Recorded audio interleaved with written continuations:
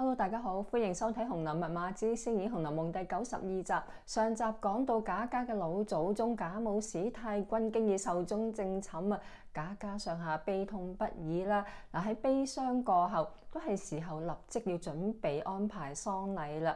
原本應該由大老爺賈赦主持嘅，不過佢正喺外地服刑，就由二老爺賈政咧主持大局啦。不過賈政本身咧就唔中意操持一啲咁嘅繁瑣俗務啊，於是就吩咐賈璉同埋鳳姐兩夫婦主持打點一切啦。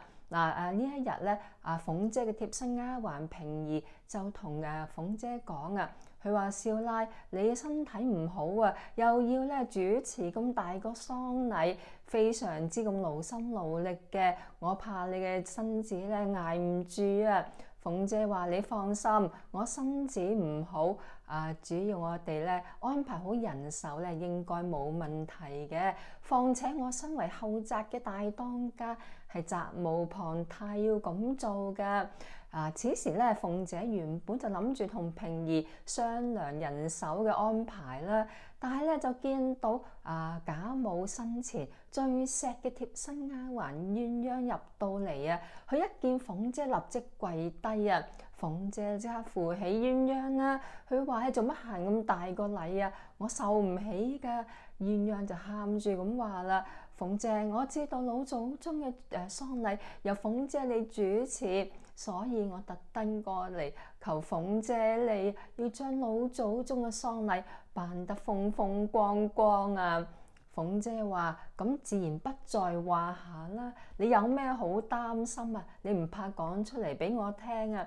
鴛鴦話：我聽見二老爺同人講啊，話抄完家之後唔想咧個喪禮咁鋪張啊，因為咧驚驚動朝廷。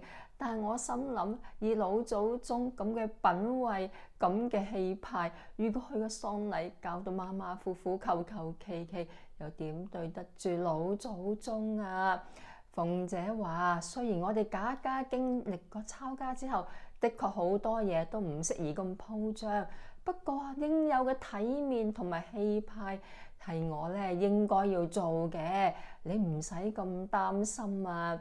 此時鴛鴦咧稍為放心啦，佢接住又話：鳳姐，如果你手頭銀兩唔夠嘅話，老祖宗咧留咗一筆錢俾我㗎，我願意隨時拎出嚟㗎。鳳姐話：鴛鴦啊鴛鴦，老祖宗既然留得錢俾你，你就自己咧保管住，自己咧將來要用啦。至於錢個方面老祖宗生前經已咧安排咗預咗一筆錢咧作為自己嘅喪禮嘅使費啊，所以錢銀方面問題不大，你唔使咁擔心啊。此時鴛鴦咧，佢就好感激咁話：既然鳳姐你一諾千金，咁我就安樂晒啦。當晚鳳姐嘅丈夫賈璉翻入房咧，劈頭第一句咧就問咯，佢話：阿鳳喪禮嘅錢發咗出嚟未啊？鳳姐話：喪禮嘅銀兩仲未發出嚟，我都仲等緊啊！你點解咁問啊？係咪出咗咩事啊？賈璉就皺住眉咁話：佢話娘親知道二叔曾經講過唔想鋪張啊，就用呢個藉口大條道理攆住啲錢唔肯放出嚟。今日晏晝我叫咗一批工人喺門口出邊搭棚，準備咧親朋戚友過嚟吊唁嘅事啦。點不知冇錢找數啊！班工人做到一半就走咗啦。而家出邊仲一片混亂添啊！真係激死人啦！賈璉口中嘅母親咧，即係大老爺賈赦嘅夫人邢夫人，佢係長房啊嘛，咁就長房為大啊。賈母史太君留低嘅錢咧，就由呢個邢夫人係管住嘅。如果佢攆住唔放嘅話，咁真係冇計㗎噃。鳳姐此時咧先至恍然大悟啊！點解鴛鴦喊住你要求佢啊？鳳姐話啦：咁就弊家伙啦！你都知你嘅娘親㗎啦嚇，個錢咧睇到個錢咧一兩銀啊，好似張台咁大嘅。而家啲錢由佢管住，如果佢唔放錢嘅話，冇錢就萬事不行啊！咁嘅喪禮安排就十分之棘手啦。嗱，鳳姐的確係講中咗啊！嗱，接住幾日落嚟咧，不斷有親戚朋友啦、朝廷官員，甚至係王爺、王妃啊、其他嘅誥命夫人等等陸續上門係吊唁。但係咧，嗱，按當時嘅習俗咧，吊唁完畢咧，尤其是好似賈家咁嘅大家大戶啊，嚟咗吊唁嘅人咧，之後咧都會坐低飲杯茶水、食件點心、休息一下，大家係傾下偈嘅。但係由於冇錢啦，咁好多嘅打點上邊咧都相當缺乏嘅噃。要茶就冇茶，要酒冇酒啊，要點心冇點心啊。而呢一班下人咧，就咧個個咧都係偷懶喎，所以咧想揾下人伺候咧，叫人就冇人。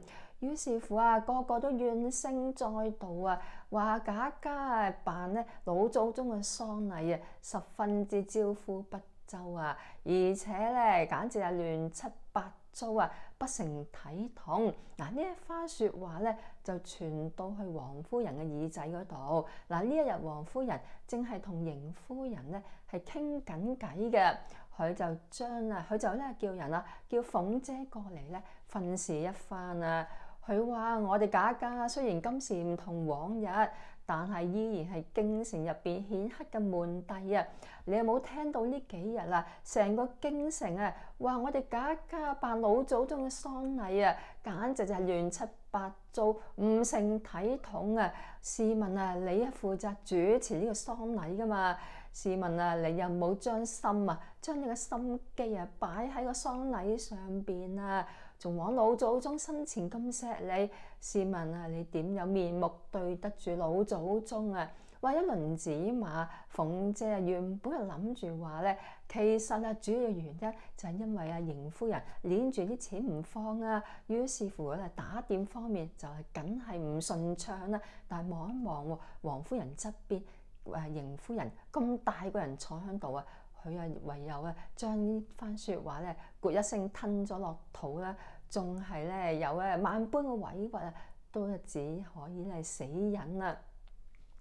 於是而係邢夫人咧，見到面前鳳姐呢個新抱咧，都毫不留情啊，踩多兩腳啊！佢話：哎呀，咁咪係咯，老祖宗生前咁錫你，而家佢走咗啦，諗住你去辦一場風風光光嘅喪禮噶嘛，點不知啊，你唔係偷懶咧，就唔擺心機，而家搞到一鑊泡啊！我哋賈家成為成個京城嘅笑柄啊！哇！激到鳳姐幾乎嘔血咁滯啊！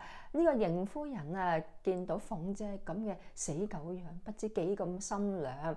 因為啊，佢啊不嬲咧都好唔妥呢個新抱嘅。佢心諗啊，你啊以前就恃住老祖宗撐你，不嬲都唔將我呢個奶奶放喺眼內噶啦。而家呢個大靠山啊死咗啦，王夫人咧睇落都唔多拜你啊！哼，睇你以後啊仲有排受啊！話係仲唔玩謝你咩？此時嘅鳳姐啊唯有啊耷低頭啊，頭耷耷咧即刻告退，然之後咧急急咧召集手下一班管家過嚟咧訓示一番啦。左等右等啊！原本以前咧鳳姐一聲召集啊，唔使10秒啊，嗰班管家已經企晒喺前邊等噶啦嘛。而家左等右等，都等咗成炷香嘅時間咧，先至等齊人。而且佢哋嘅睇落去嘅態度咧，輕輕佻佻囂囂張張咁噃。以前見到鳳姐就老鼠見貓咁啊，家下啦唔知點解咧，好似有少少咧唔放鳳姐在眼內啊！嗱，鳳姐咧都 feel 到喎，咁咧呢一班咁管家咧，個個咧懶懶散散啊！大家都知點解咧？嗱，一來咧鳳姐嘅大靠山老祖宗咧就唔喺度啦；二嚟佢哋都知道喎，鳳姐啱啱先至俾王夫人同埋邢夫人捽完嚟啊！可以見到咧兩位夫人啊，而家嘅兩位嘅當家主母咧，都唔再撐鳳姐啦。鳳姐係冇牙老虎啊，咁我哋呢班管家仲使乜驚佢啊？所以咧接住落嚟，鳳姐咧對佢哋咧訓示啦，要求佢哋啊要咧緊守崗位，盡忠職守啊！大家咧要咧將老祖宗嘅喪禮咧搞得好好睇睇嘅，以免咧落人話病啊，邊説聽得入耳啊！鳳姐講啦，佢哋咪疑疑我啦，一散會啦，大家咧就左耳入右耳出啦。啲人啊，唔係咧走埋一邊偷懶，就係匿埋一邊賭錢飲酒啊！唔止管家係咁啊，連下邊嘅小丫鬟同埋啲僕人僕婦啊，通通都係咁嘅態度啊！嗱，於是乎成個賈母史太君嘅喪禮就係仍然係一片咧更加唔成體統、更加混亂嘅情況下咧結束啦。成個京城咧散滿一啲閒言閒語，話呢個喪禮搞成咁咧，都係因為負責主持嘅鳳姐辦事不力，而且咧傲慢不可一世啊，唔將嚟到吊唁嘅親戚朋友咧放在眼內。嗱，此時咧，鳳姐嘅貼身丫鬟平兒咧，正喺度安慰緊鳳姐啊。佢話：少奶，你唔好再理出邊閒言閒語啦。你呢兩日嘅面色咧，仲差過之前啊。大夫話：要你好好休。嗱，都未講完呢句説話啫，鳳姐咧突然間話嗱一聲咧，吐咗一大口鮮血，兩眼一黑，暈低咗啊！嗱，咁又係嘅，以鳳姐一路咁強勢啊，喺賈家咁多年咧，都係只有人捽佢，冇佢捽，只有咧佢捽人，唔會有人搶佢嘅咁威嚴嘅、咁強勢嘅一個鳳姐，而家竟然受盡呢啲冷言冷語啊，連低級嘅丫鬟僕人都唔放佢在眼內啊！對佢嚟講，基本上可以講係折墮噶啦。嗱，落得如此下場啦，受盡咁多嘅委屈，咁多嘅批評啊，加上咧身體又唔好咧，咁樣吐血啊，咁樣吐血法咧，都可以話對佢嚟講都係好正常嘅。嗱，此時咧鳳姐呢一筆咧，我哋暫時就唔講住啊。嗱，喺吊唁咧守靈完畢之後咧，就係老祖宗嘅棺木咧係出殯之日啦。嗱，賈家上下嘅男丁女眷同埋一大班丫鬟呢個下人啦嚇，正在咧準備咧陸續咧上車，將咧賈母史太君嘅靈柩咧係送去賈家家廟鐵檻寺嗰度係安寧嘅。嗱，大家咧準備就緒啦，但係唯獨是咧唔見咧賈母最錫嘅貼身丫鬟鴛鴦啦。奇怪嘞噃，鴛鴦呢幾日咧睇賈母嘅棺木側邊咧，都喊到死去活來噶嘛？點解咧今日出殯咁大件事，反而唔見咗人影嘅咧？有下人咧就問阿鳳姐使唔使咧等埋鴛鴦喎？鳳姐一心諗鴛鴦係一個鴛鴦咧對賈母史太君不嬲都好忠心嘅噃，點解賈母出殯佢反而唔現身咧？但係奈何時辰已到啦，佢話唔好等鴛鴦啦，我哋出發啦。咁一干人等浩浩蕩蕩咧就出發咧送殯啦。嗱，此時鏡頭拉開啊，影住咧一個丫鬟嘅房間喎，入邊竟然咧見到咧鴛鴦坐喺房入邊，佢咧對住鏡揸住梳咧，慢慢梳緊頭髮啊。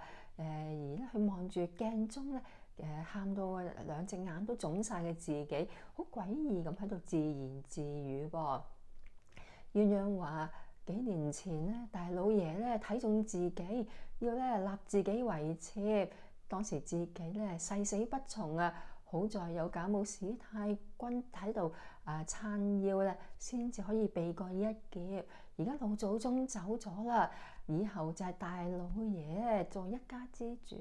雖然佢而家喺外地服刑啊，但難保有一日皇上開恩俾佢翻嚟賈家，到時自己就肉隨砧板上啦。與其嫁俾一個殘暴不仁、鹹濕猥瑣嘅老嘢做妾侍，受折磨受委屈，倒不如死咗去，仲嚟得乾淨爽快。但係應該要點樣死先至一乾二淨呢？嗱，此時自言自語之後咧，慢慢放低把梳咧，冇意識咁咧行咗去賈母史太君生前嘅房間喎。佢一攬入房，唔知點解咧，突然間啊起晒煙霧啊，眼前咧一片迷蒙，都望唔得清楚周圍嘅景象啊。此時咧，佢隱約見到一個女子啊，女子咧前邊有一張凳啊，然之後呢個女子慢慢咧解開自己嘅汗巾啊，即係褲頭帶，然之後咧將褲頭帶拋上屋梁上邊，原來咧想準備懸梁自盡噃。鴛鴦大吃一驚啦，佢心諗啊，竟然有丫鬟同我一樣心無可戀，想要上吊自殺。